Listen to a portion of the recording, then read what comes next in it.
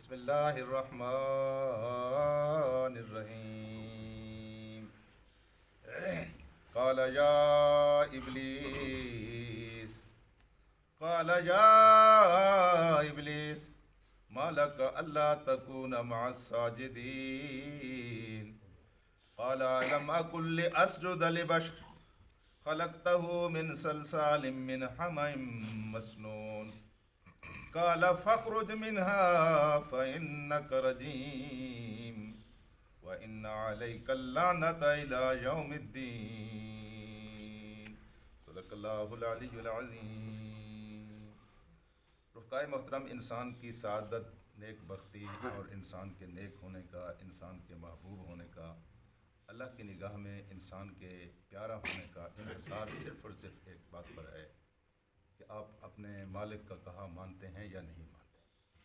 دنیا میں بھی اسی طرح ہے کہ آپ کا بیٹا ہے، بہت کما رہا ہے، بڑی آپ کی خدمت کرتا ہے، جی آپ کی عزتوں میں اضافے کا سبب بن رہا ہے، لیکن آپ جب اس کو کوئی کام کہتے ہیں وہ آپ کی بات نہیں سنتا، آپ کا کہا نہیں مانتا، تو اس کی ساری خدمات اور اس کی ساری محنتیں اور اس کی سارے کاروبار اور سارا اس کا کردار جو ہے آپ کی نگاہ میں ٹکے کا بھی نہیں۔ اس طرح ایک شاگرد ہے، سارے کام کرتا ہے، جو کچھ آپ نے سکھلایا اس کو یاد ہے، وہ آپ کو سناتا، لیکن جب آپ اس کو کوئی بات کہتے ہیں وہ آپ کی بات نہیں مانتا۔ ان باتوں کو اگر ہم اپنی ذات پر لے آ کر سوچیں گے تو بات سمجھ میں آئے گی۔ تو ایسے شاگرد کا کیا فائدہ؟ اس شاگرد کی ٹکے کی نگاہ بھی استاد کی قدر بھی استاد کی نگاہ میں نہیں ہوتی کہ کہا تو مانتا نہیں۔ ایک بیوی ہے، بس ساری خدمتیں آپ کی کرتی ہے، لیکن جب آپ اس کو کوئی بات کہتے ہیں وہ آپ کی بات نہیں مانتی، تو کون کہے گا کہ یہ اچھی بیوی ہے؟ ایک امتی ہے اور وہ اپنے نبی کا کہا نہیں مانتا، وہ کیا امتی ہے؟ اور ایک بندہ ہے جو اپنے خدا کا کہا نہیں مانتا، وہ کیا بندہ ہے؟ یعنی ساری سعادت کا انحصار اس بات پر ہے کہ آپ اپنے مالک اور اپنے خالق کا کہا مانتے ہیں یا اس کا کہا نہیں مانتے۔ اگر کہا مانتے ہیں تو آپ سعید ہیں اور نیک بخت ہیں، اور کہا نہیں مانتے ہیں تو آپ جیسا بدبخت اور کوئی نہیں ہے۔ یہ بنیادی اصول۔ اچھا، کہا ماننے کا سب سے اچھا اظہار جو ہو سکتا ہے وہ یہی سجدہ ہے۔ یہ میرے ہاتھ کھڑے کر دیجیے بھی ایک انداز ہے، جی آپ کی بات سن لیجیے بھی ایک انداز ہے، لیکن کوئی آپ کو بات کہے اور آپ گر پڑیں جناب جی، تو یہ سب سے اچھا انداز ہے۔ اور اللہ تبارک و تعالیٰ کو انسان کی ساری کیفیات میں سے سب سے بڑی یہی کیفیت عزیز اور محبوب ہے۔ ابھی کبھی آپ نے سوچا ہے کہ نماز میں سارے کام ایک ایک دفعہ ہیں، رکوع ایک دفعہ ہے جی، لیکن یہ سجدے دو دو دفعہ اللہ تعالیٰ نے کیے۔ اللہ اکبر۔ دو سجدے کیوں ہوتے ہیں؟ کبھی آپ نے اس کے اوپر غور کیا ہے؟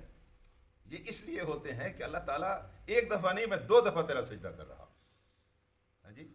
اور کچھ کہتے ہیں یہ دو سجدوں کا اس لیے حکم ہوا کہ جب اللہ پاک نے حکم دیا فرشتوں کو اور اس وہاں جتنی مخلوق موجود تھی کہ سجدے کرو، تو فرشتے سجدے میں گر گئے اور انہوں نے دیکھا کہ یہ لج تو کھڑا ہوا ہے، اس نے اللہ کا کہا نہیں مانا ہے جی۔ اس کی بغاوت اور سرکشی کو دیکھ کر سجدوں نے دوبارہ سجدہ کیا۔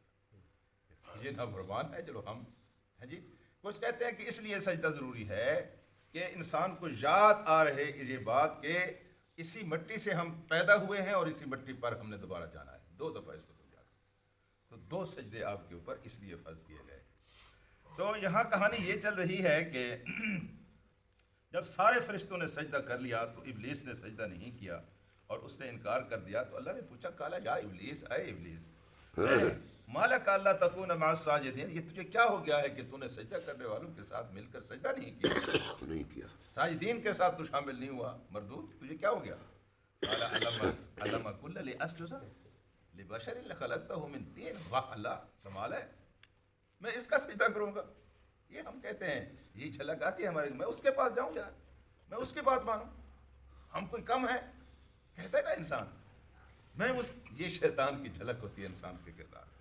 جب یہ تکبر آ جائے، جب میں بلندی آ جائے، جب اپنے آپ کو میں اس کے پاس جاؤں، یا واجب ہم کو اس کا کھاتے ہیں، یہ کہتا ہے الزام۔ تو جس بنیاد پر آپ کہہ رہے ہیں کہ میں اس کے پاس جاؤں، میں اس کی بات مانوں، وہ بنیاد آپ کی اپنی نہیں ہے، وہ اللہ تبارک و تعالیٰ کی عطا کردہ بنیاد۔ آپ کا کاروبار بڑا ہے، آپ کی شکل و صورت اچھی ہے، آپ کسی منصب پر پہنچے ہوئے ہیں، آپ سمجھتے ہیں یہ آپ کا کمال ہے؟ یہ تو میرے مولا کا کمال ہے، اور یہ بات اللہ تعالیٰ کو سب سے زیادہ ناپسندیدہ ہے جب یہ کہتا ہے کہ میں ایسے کروں، یہی بات یہ میں، اللہ تو مجھے اس کا سجدہ کرنے کا کہتا ہے جی، میں اس کو سجدہ نہیں کر سکتا، مالک اللہ تکون من الساجدین، قال الم اکن لاسجد لبشر خلقته من طین، میں اس کا سجدہ کروں جس کو تو نے مٹی سے پیدا کیا ہے؟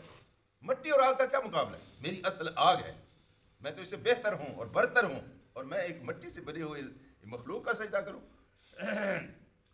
اللہ اکبر۔ تو اللہ تبارک و تعالیٰ نے پھر فوراً ایک بات کہی، قال فخرج، کہا نکل جا۔ کہاں سے نکل جا؟ منہا، اس سے نکل جا۔ جو عزت و تکریم تجھے ملی ہوئی تھی تجھے راس نہیں آئی، تو فرشتوں کے درمیان گھومتا پھرتا تھا، حالانکہ تو فرشتہ نہیں تھا، تو جن، ہم نے تجھے عزت دی تھی، اب فرشتوں کی جماعت سے نکل جا۔ کچھ کہتے ہیں اللہ تبارک و تعالیٰ نے یہ جنت کے اندر ہم نے تجھے بسایا تھا فرشتوں کے ساتھ، تو جنت سے نکل جا۔ اور کچھ کا خیال یہ ہے کہ اللہ تبارک و تعالیٰ نے کہا یہ آسمان پر تو تھا، اب یہاں سے نکل جا، تجھے بلندیاں راس نہیں آئی ہیں، اب یہاں سے نکل جا۔ اور پھر دوسری بات کہی، فَإِنَّكَ رَجِيمٌ۔ رجم کہتے ہیں کسی کو زمین کے اندر آپ پور کر، دبا کر اس کے اوپر پتھر مارے، رجم کر دیا، یہ اصطلاح ہے زانی کے لیے، ہے جی۔ تو جس دور سے جس کے اوپر پتھر پھینکے جائیں، پتھر مارے جائیں، یہ ہے رجم۔ اب تیرے اوپر پتھر پھینکے جاتے رہیں گے، کس چیز کے پتھر؟ لعنت کے پتھر پھینکے جاتے ہیں۔ ان بلندیوں کو جو اللہ پاک نے تجھے عطا کی تھیں، تجھے راس نہیں آئیں، اب تو نے بلندیوں کی طرف جائے گا تو پتھر تیرے اوپر برسیں گے، ستارے تیرے اوپر برسیں گے۔ آپ نے سنا ہے اس سے پہلے کہ یہ شیطان اب بھی اوپر جاتے ہیں، کیونکہ انہوں نے مزے لیے ہوئے ہیں اوپر جا کر کیا ہوتا ہے ان کے اصل۔ اور جب اب یہ اوپر جاتے ہیں ان کے اوپر پتھروں کی بارش ہوتی ہے، شہاب ثاقب ان کے اوپر گرتے ہیں۔ یہ وہی بات ہے کہ اب تیرے اوپر ایک تو پتھروں کی بارش ہوتی رہے گی، ستاروں کی بارش ہوتی رہے گی، اور سب سے بڑی بات یہ ہے کہ تیرے اوپر لعنتوں کی بارش ہوتی ہے۔ فَإِنَّ عَلَيْكَ اللَّعْنَةَ إِلَىٰ يَوْمِ الدِّينِ۔ بے شک اس میں کوئی شک نہیں ہے کہ اب تیرے اوپر لعنت ہے۔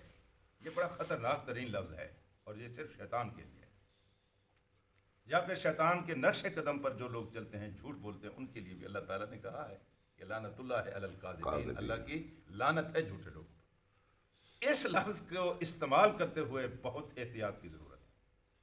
یہ ایک ایسا لفظ ہے کہ جب یہ منہ سے نکلتا ہے نا، یہ کسی نہ کسی کے اوپر جا کر لگتا ہے۔ آپ نے اپنے منہ سے نکالا ہے، کسی کو آپ نے لعنت کی ہے، اگر وہ لعنت کا مستحق ہے تو لعنت اس کے سر پر جا کر بیٹھ گئی۔ اگر وہ کسی وجہ سے لعنت کا مستحق نہیں ہے تو وہ لعنت پلٹ کر خود آپ کے سر کے اوپر آ کر بیٹھ گئی۔ یہ جہالت اور نادانی کی وجہ سے مذاق اے لعنتیہ کہہ دیتے ہیں، اے لعنت ہے تجھ پر۔ یہ جہالت کی سب سے بڑی نشانی ہے جب اس طرح کا کوئی لفظ آپ اپنے منہ سے نکالتے ہیں۔ یہ تین لفظ بڑے خطرناک ہیں، ہم اکثر اس کو یاد دلایا کرتے ہیں اور اکثر اس کا تذکرہ کیا جانا چاہیے۔ ایک لعنت کا لفظ اور دوسرا طلاق کا لفظ، یہ بھی جس صورت میں آپ منہ سے نکالتے ہیں طلاق واقع ہو جاتا ہے۔ اور تیسرا کفر کا لفظ، کسی کو کافر کہنا، یہ بھی بڑے نادانی اور بڑی جرأت اور بے باکی کی بات ہے۔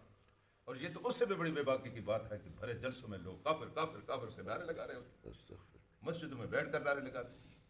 یہ اس کا پتہ کس کو ہے؟ اس کا پتہ میرے اللہ کو ہوتا ہے، ہاں جی۔ اور خصوصاً ان لوگوں کو کافر کہنا جو کسی نہ کسی وجہ سے کلمہ پڑھتے ہیں اور آپ ان کو کافر کہہ دیں، اس کا پتہ تو اللہ تعالیٰ کو۔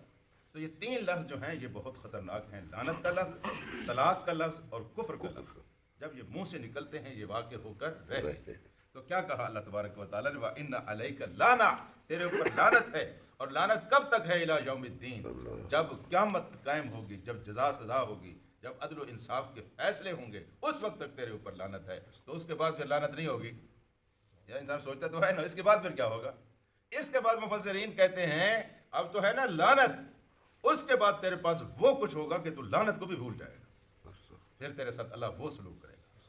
جی اللہ تعالیٰ کی رحمت سے بعید ہونا اور دور ہونا، اس کا آخری نتیجہ کیا ہے؟ کہ انسان جہنم کے سپرد ہو جائے اور انسان مردود ہو جائے، انسان اللہ تعالیٰ انسان کو اپنے قریب نہ آنے دے۔ تو آخر میں تیرے ساتھ یہ ہوگا۔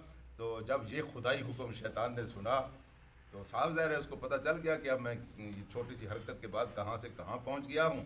تو اس نے پھر اللہ تبارک و تعالیٰ سے آگے کیا کہا، اس کا تذکرہ انشاءاللہ کل کریں گے۔ اللہ سے دعا کرتے ہیں کہ اللہ ہم قرآن کو سنیں